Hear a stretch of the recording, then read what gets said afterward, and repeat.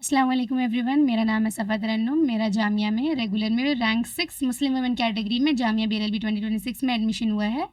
और आज बहुत सारी क्वेरीज आ रही थी हॉस्टल के फॉर्म से रिलेटेड, तो फैसल सर अवेलेबल नहीं है, इसीलिए हम लोग थोड़ा सा ब्रीफ डिस्कशन करेंगे कि हॉस्टल का फॉर्म कैसे फिल करना है। तो आज हमारे साथ है आयज़ा आरिफ, जो कि हमारी गेस्ट है, जिनका भी जामिया में एडमिशन हो चुका है एंड हम लोग क्लासमेट्स होने वाले हैं। तो हेलो आयज़ा, हाय।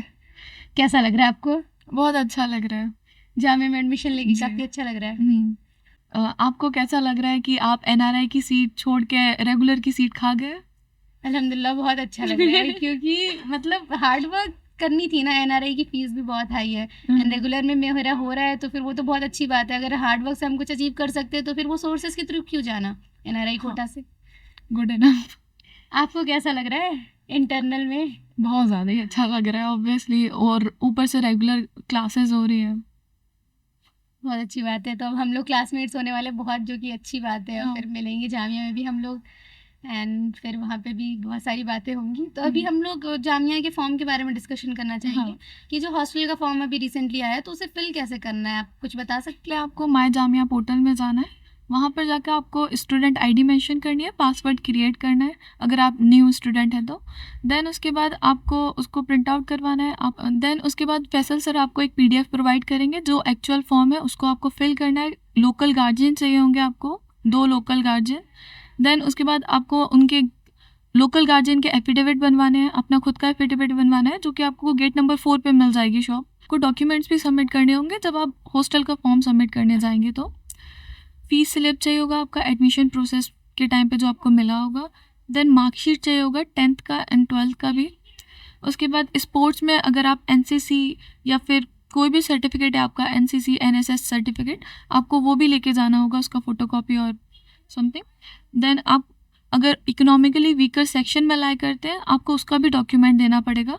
अगर आप पीएच कैटेगरी में लाई करते हैं एज पर जामिया नॉर्म्स, तो आपको उसका भी सर्टिफिकेट डिपॉजिट करना होगा।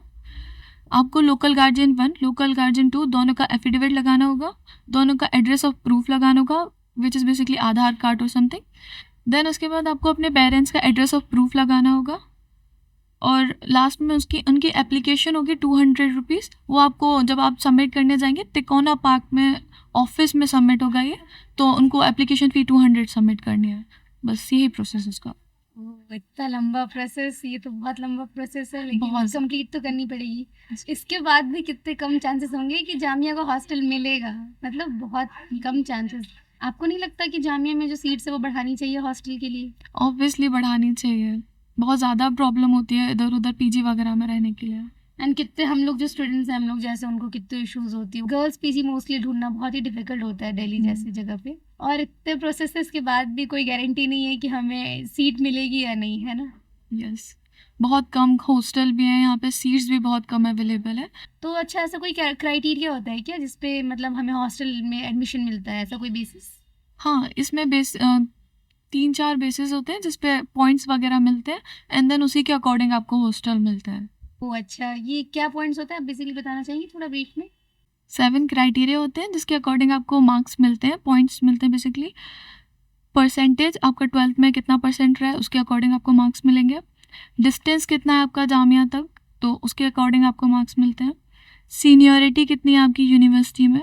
देन इकोनॉमिक स्टेटस को लेकर, अगर आप ईडब्ल्यूएस में लाई करते हैं तो आपको उसके भी पॉइंट्स मिल जाएगा। अगर आपका एनसीसी और एनएसएस में सर्टिफिकेट भी है तो आपको उस पर भी पॉइंट्स मिल सकता है। स्पोर्ट्स कैटेगरी में भी आपको पॉइंट्स मिलेगा। देन पर्सन विद डिसेबिलिटीज़ को भी एक्स्ट्रा पॉइंट है उसमें। तो इन बेसिस पे वो इंटरव्यू के टाइम पे काउंट वगैरह करके आपको क्राइटेरिया के अकॉर्डिंग मार्क्स दे देते हैं। जी, तो आपको ये नहीं लगता है कि ये जो 12th के बेसिस पे ये पॉइंट्स देते हैं, ये थोड़ा सा डिस्क्रिमिनेशनरी है? मे बी, बट उनका एकेडमिक स्कोर ज़्यादा अच्छा रहा होगा तो उनको फर्स्ट प्रायोरिटी मिल जाएगी। Just because of academic score you'll give them first priority? Is this not the discrimination? But we are हम taking admission in university hostel no, तो एंड हम लॉ कर रहे हैं एंड हम डिस्क्रिमिनेशन के साथ जा रहे हैं। बट कहीं कहीं उनका मेहनत भी होगा एकेडमिक स्कोर को अच्छा बनाने के लिए। तो अच्छा, इंटरव्यू भी होता है हॉस्टल के लिए, आपको पता है? हाँ पता है, मैंने 11th में अप्लाई भी किया था हॉस्टल के लिए। अच्छा, तो फिर आप कुछ ब्रीफली बता सकते हैं, मतलब जैसे आपने दिया है तो आपको एक्सपीरियंस होगा। हाँ, वो आपका थोड़ा पर्सनल लाइफ से और इकोनॉमी वगैरह के बारे में पूछेंगे, आपका घर का इकोनॉमिक स्टेटस क्या है? So, are you excited for your college life? Our new journey begins here together, 5 years. It's a very long journey, right? Yes, I'm very excited to meet you all in my classroom.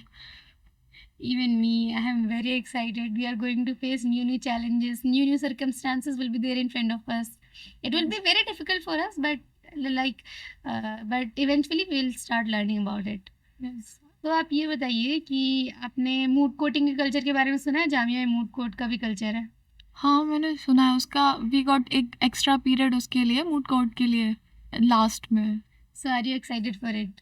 Yes, I am very excited. तो are you interested in corporate law और judiciary? I am little bit confuse कि कहाँ जाना चाहिए। अभी university जाते हैं, explore करते हैं, then I let you know. आपका इंटरेस्ट किस में, लिटिगेशन और जुडिशरी? बेसिकली मैं भी अभी कंफ्यूज ही हूँ, पता नहीं 5 ईयर एक्सप्लोर करेंगे कॉलेज लाइफ को, फिर उसके बाद थोड़ा सा देखेंगे। मतलब लिटिल बिट मेरा तो है कि जुडिशरी की तरफ जाना है, बट ये जो 3 ईयर प्रैक्टिस है वो थोड़ा सा मुझे एक डीमेरिट लगता है कि इस तरफ जा सकते हैं कि नहीं। तो क्या आप सीआर के लिए खड़ी होने में इंटरेस्टेड है? हाँ, बहुत ज़्यादा। आप खड़े होंगे सीआर के लिए? Will see the circumstances accordingly. हम क्लासमेट्स हैं। It will be a rivalry, you know. Obviously. तो thank you everyone for watching us, and then we will be meeting soon inshallah in Jamia campus, and till then, bye bye, take care.